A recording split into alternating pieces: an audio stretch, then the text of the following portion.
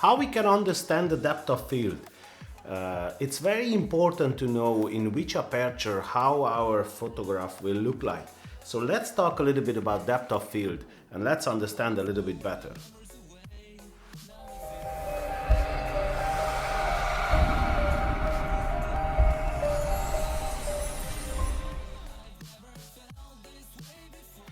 Hello YouTubers, my name is Attila Mate from Blue Sky Photography, and today I'd like to talk to you about depth of field and how the depth of field will change in different focal length and different aperture. Now I have to tell you that this is one of the key factors if you want to have a nice portrait. And obviously if we are good photographers and we would like to be good photographers, then we would like to have nice portraits. So the depth of field is something where you can separate your subject from the background, and that is controlled mostly with depth of field. So let's talk a little bit about this topic. Now, first of all, the most you can control your depth of field is obviously the aperture. So if you have a faster glass, your depth of field will be more shallow and shallow. Now I got a few days ago a comment in one of my videos, and I explained to the viewer that the depth of field is so important and how you can calculate your depth of field. And I have to tell you that it is very important to get on your mobile device, a mobile phone, if you use iPhone or Android or whatever type you're using, but I think mostly on iPhone and Android you can get these depth of field calculators, and they are very handy, they come very handy. So I downloaded once as well on my mobile, and sometimes when I need a quick calculation, it's over there. So what you can do over there is you put your camera model, if it's a crop sensor or full frame or medium format or whatever, put your lens, what the focal length of your lens, put your aperture value, and put your distance from the subject. And then the calculator will calculate for you the starting point of the depth of field and the finishing point of the depth of field. Because the depth of field, you know, it starts from, let's say if your subject is 3 meters from you, and you use an APS-C crop camera and you use an 85mm lens, I'm just saying now, your depth of field will start at 2 meters at 85 centimeters and it will end at 3 meters. It won't be 15 centimeters because it will be like 3-4 centimeters, but something like that. So the calculator will show you where the depth of field starts and where it finishes. Now again, this viewer was had a question: if he photographs a group, then what's the best settings that he can do? And I told them, you know, that I wouldn't advise to use a 1.8 aperture on a group, and I tell you why. Because the depth of field is so shallow, even on an APS-C crop camera, that if you photograph a group, you know, you might have the tendency that if the people are standing one behind the other, then the first one will be in focus, but the one behind it won't be in focus. It will be kind of half out of focus because the depth of field will kind of end over there. And obviously when the depth of field starts and ends, it won't start just like that square sharp, you know, and then after that square blurry. No, it will be kind of slowly going to sharp and then slowly going to be blurry. So what I would suggest in a situation where you have to photograph groups, I would suggest to use to stop down the aperture, higher aperture numbers, slower aperture physically. So what I would do, I would use, instead of 1.8, I would use 2.8, or even maybe a little bit stop down more, you know. It depends. You have to know, you have to practice, and you will know after a while how many people, how you set up your aperture. But this is very important to know, that if you are in 1.8, you can photograph people only if they are standing one near each other, and even then you can photograph two When you have three, I don't know, I wouldn't be so sure, and I tell you why. Because the depth of field, okay, it's just like that, but the depth of field is going a little bit curvy. It's like that. It's not just straight. The depth of field it will go the depth of field like that, a little bit curvy. So the two sides will come in a little bit. So that's why if you photograph in groups, 3, 4, 5 people, I wouldn't advise to be 1.8 to use 1.8. I would use 2.8, you know, 3.5, whatever. You just go further up, you know. You don't stop at 1.8, you know, or maybe 2 or 2. No, because it's better for you. It's better for your picture. Now, obviously, when you shoot groups, then you don't aim for the separation or, I mean, that's not an artistic portrait. If you want separation or something, then obviously you have to wide open your aperture, and you must aim to that shallow depth of field. But that is a completely different story. So if you are using a single portrait, a single person or 2 persons for a portrait, you know, I use usually the widest aperture I can. f1.8 or f1.4 or whatever lens I have. Now, if you use for groups, you stop down the lens, and you have to practice with your camera and with your lens how it's behaving in which situation, and then you will learn, you know, in which situation what aperture should you use. Now, if I shoot 2 people, couple, I shoot a lot of couples. I shoot weddings, I shoot engagement photo shoots, I shoot even anniversary. I had a few weeks ago, not too long ago. So if I shoot couples, what I do, I use the widest aperture, f1.8 let's say, but I make sure that the couple are standing one near each other. They don't stand like that. No, I make sure they stand one near each other, because if you shoot at 1.8, the depth of field will be so shallow that one of them might be out of focus. And now I tell you that if you download this depth of field calculator, you will see what I'm talking about. It's only about centimeters, 3, 4, 5 centimeters. And how you grow with the focal length, how you put longer lenses on your camera, the depth of field will shrink even more. So if you are using 100mm lens, it will be less, the same aperture value I'm talking about. The example, I use a 50mm lens at f1.8, the depth of field will be 6 centimeters. I just say, let's say 3 meters from the camera. I just say that. It's not precise, you have to calculate that. I just say like that. So it will be 6 centimeters, 50mm 1.8. If you go 75mm 1.8 or 85mm 1.8, the 6 centimeter will be actually 4 centimeters. If you go 100mm, the 4 centimeter will be 3 centimeters. The camera is staying the same position and the aperture is the same. The depth of field will shrink. You know, you grow your focal length, the depth of field will shrink. That's why sometimes if you have a 200mm lens, that's why the f2.8 zooms, the 70 to 200 zooms, they are good for portrait, because at 200mm, the compression of the lens and the long focal length will create shallow depth of field, even if it's at f2.8. So you must understand this. If you put a longer lens on your camera, how you grow with your focal length, the depth of field will shrink. If you don't have longer lenses, you must have faster glass with smaller focal length. Because if you have faster glass, the aperture is growing, again the depth of field is shrinking. So what I wanted to say just before, that if I shoot groups, then I try to close down. If I shoot couples, I make sure that the couples just stay one near each other, because the depth of field will be very shallow.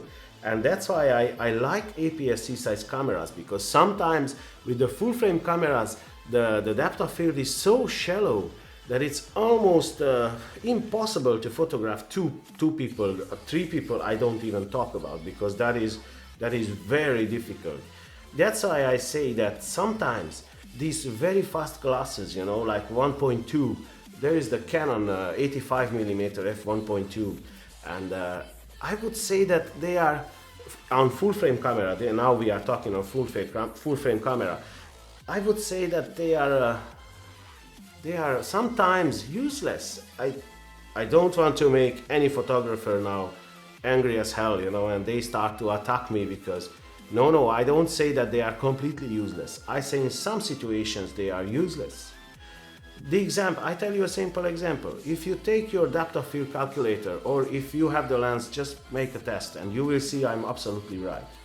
So if you take your depth of field calculator and calculate, put an 85mm f1.2 lens on your full frame camera, and then place your camera at 2 meter, 3 meter from your subject, you know, and then just shoot a portrait from here. And you will see that the depth of field is like your eye is in focus, but your nose and your ears are out of focus already.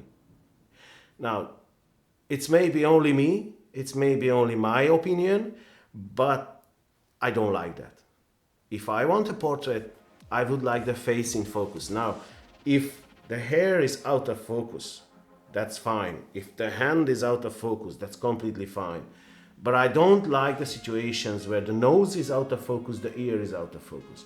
And I tell you that in many situations, if you are shooting with very fast glasses, like 1.2 or even 0.95, you know, but for the full frame you can't really find that. But the 1.2 glass on the full frame, it's only, you can shoot maybe one person, and even that person, if the face is half turned away from the camera, this eye will be in focus, but this eye will be out of focus.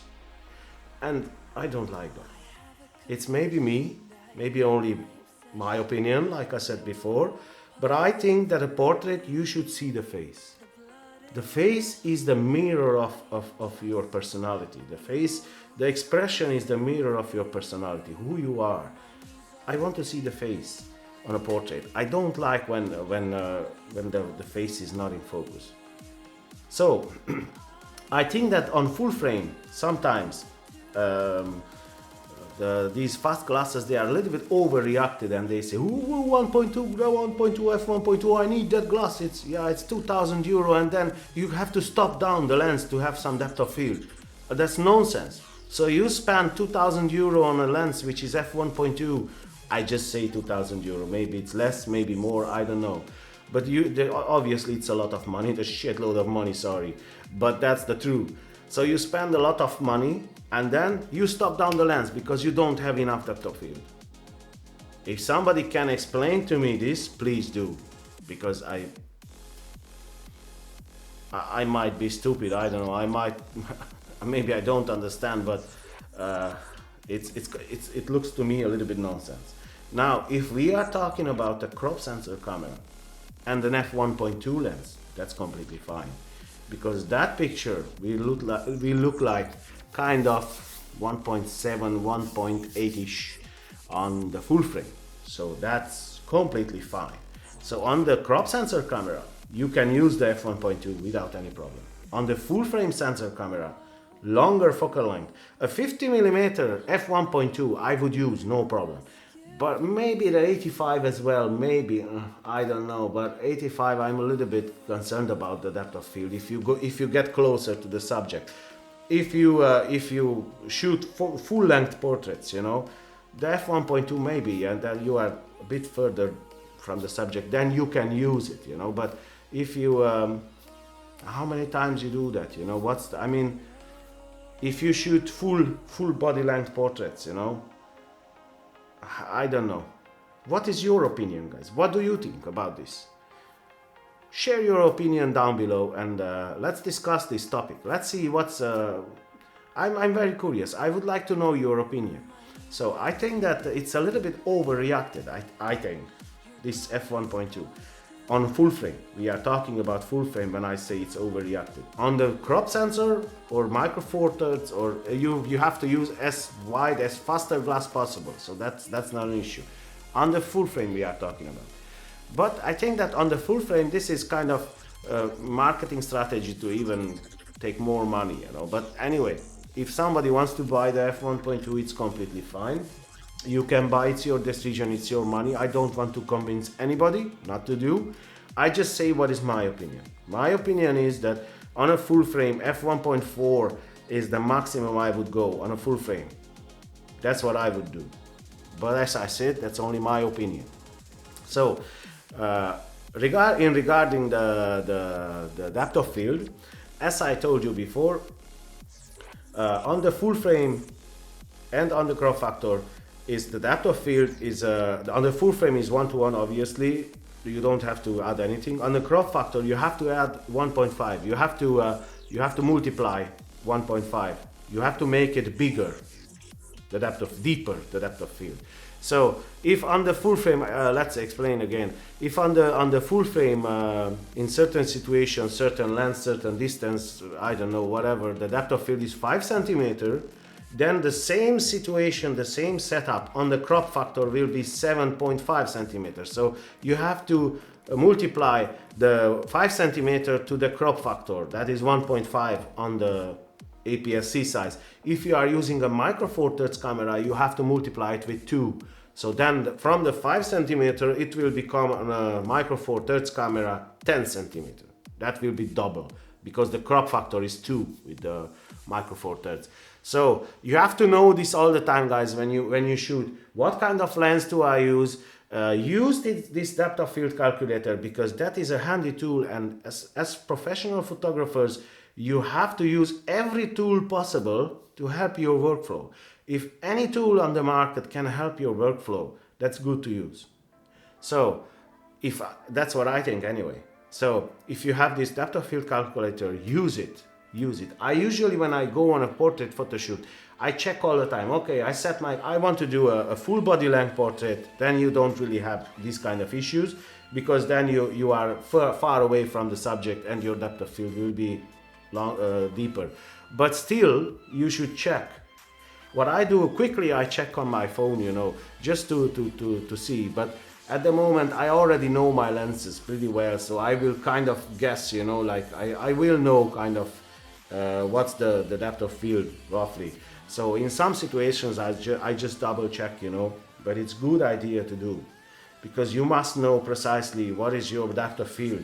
You have to be prepared. Not that you don't really see on the small little camera screen your photos. They look like tech sharp, and then you go home, you put your photos on the computer, and then you are.